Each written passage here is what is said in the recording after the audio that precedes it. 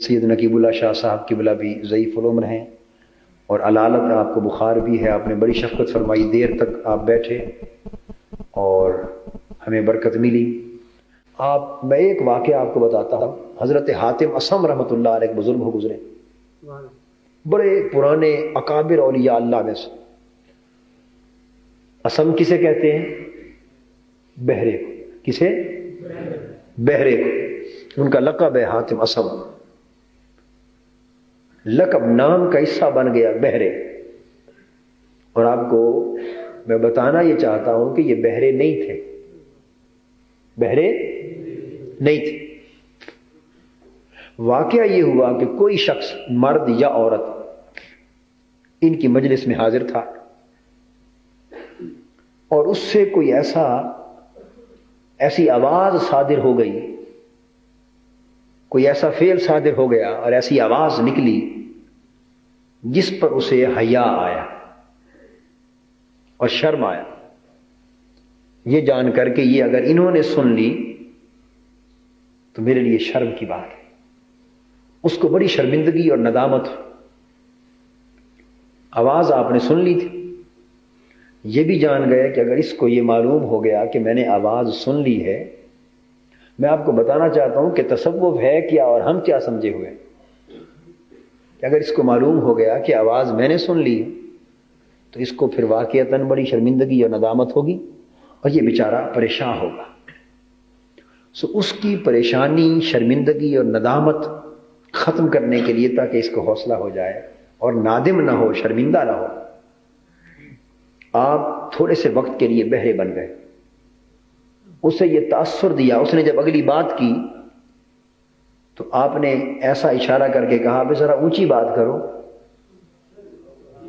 اس نے پھر بات کی، آپ نے کہا ذرا اور اونچی بات کرو. اس کو تسلی ہو گئی کہ یہ تو بہرے ہیں، میری پہلی آواز انہوں نے سنی نہیں. خوش کہ یہ بہرے ہیں، انہوں نے میری وہ آواز نہیں سنی. اللہ کا شکر ہے کہ میں شرمندگی ندامت سے بچ گیا. اسے حوصلہ ہو گیا.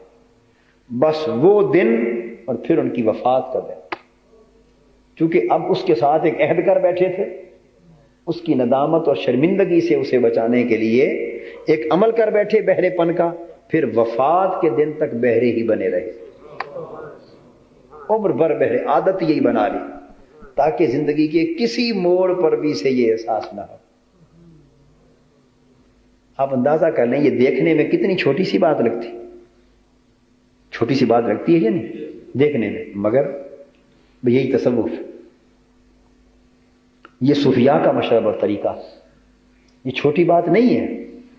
وہ کسی کا دل جوڑنے کے لیے، کسی کا دل رکھنے کے لیے، کسی کو شرمندگی ندامت سے بچانے کے لیے، کسی کی عزت کی خاطر، چونکہ خود مٹ چکے ہوتے ہیں نا، خاکسار ہو چکے ہوتے ہیں، مٹی کی طرح مٹ چکے ہوتے ہیں.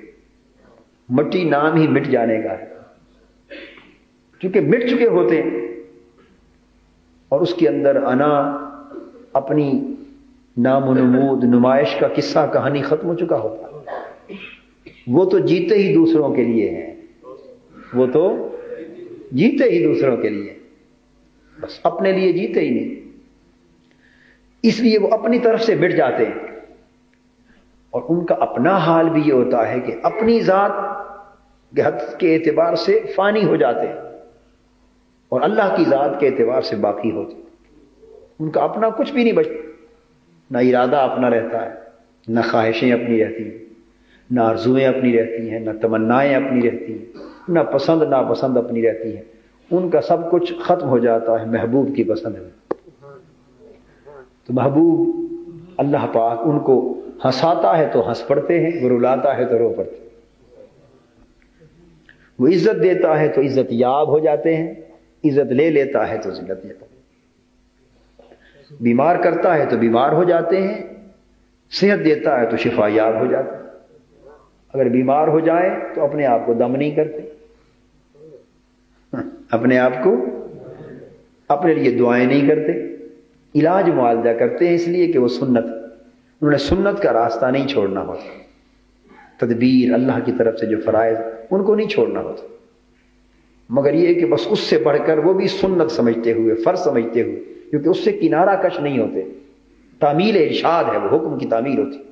باقی اپنے آپ کو مٹا دیتے ہیں، اپنے آپ کو بلا دیتے ہیں. پھر اللہ پاک ان کو جلاتا ہے، وہی ان کو چلاتا ہے، وہی ان کو کھلاتا ہے، وہی ان کو پلاتا ہے.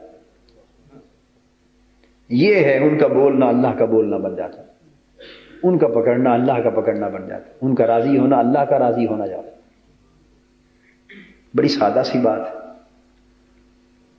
مگر انسان اس راستے پر نہیں آتا کہ وہ اپنی انا کو مٹا دے، اپنے آپ کو ختم کر دے. صبح سے شام تک، صبح سے رات تک وضو کے ساتھ رہا کریں. آپ کو اندازہ ہی نہیں ہے کہ خالی وضو سے رہنے کی کتنی برکتیں ہوتی رہتی، اندازہ ہی نہیں. وضو سے رہا کریں. اور ایک بات آپ کو یہ بتایا کرتے ہیں کہ من کو اور دل کو دنیا کی طلب اور دنیا کی فکر اور دنیا کی محبت اور دنیا کا لالچ اور منصب اور جاہ کا، ان سب چیزوں سے پاک کر کے صرف اور صرف اللہ کی طرف، دل کے برتن کا منہ اللہ کی طرف رکھا کریں. دل کا جو بھانڈا ہے، دل کا جو برتن ہے، اس کا منہ صرف اللہ کی طرف رکھا کریں تاکہ وہ بھرتا رہے، بھرتا رہے. بس اس دل کے برتن کا منہ کبھی اس طرف سے پھر نہ جائے، یعنی توجہ صرف اللہ کی طرف رہے. جو کام کاج کریں دنیا میں اللہ یاد رہے، اللہ کبھی نہ بھولے، اللہ کو، اللہ کے رسول حضور علیہ السلام کو کبھی نہ بھولے، اللہ اور اللہ کے رسول کو نہ بھولیں. جب نہیں بھولیں گے تو پھر غلط کاریوں سے بچ جائیں گے، غلط کاریوں سے. اور یہ کہ جو میں رات کے لیے کہتا ہوں، 4 لمحے اٹھیں، 10 منٹ کے لیے اٹھیں، آدھ گھنٹے کے لیے اٹھیں، 5 منٹ، جتنا بھی اٹھنے کی اللہ توفیق دے، مگر رات کو اٹھا ضرور کریں. نصف شب کو اٹھ لیں، پچھلی پہر، پچھلی رات اٹھ لیں، مگر رات کو اٹھا ضرور کریں. یہ پچھلی رات اٹھنے کے بعد جو سونا ہے وہ سارا کا سارا مکاشفہ ہے. اٹھنے کے بعد جو سونا ہے وہ سارا مکاشفہ ہے. اس وقت عالم غیب کے دروازے کھل جاتے ہیں، اس نیند میں عالم غیب کے دروازے کھلتے ہیں اور بڑی نعمتیں ہوتی، بڑی نعمتیں ہوتی. اس لیے رات کے اٹھنے کا معمول پختہ رکھیں، رات کے اٹھنے کا معمول پختہ رکھیں، اس کو جاری رکھیں.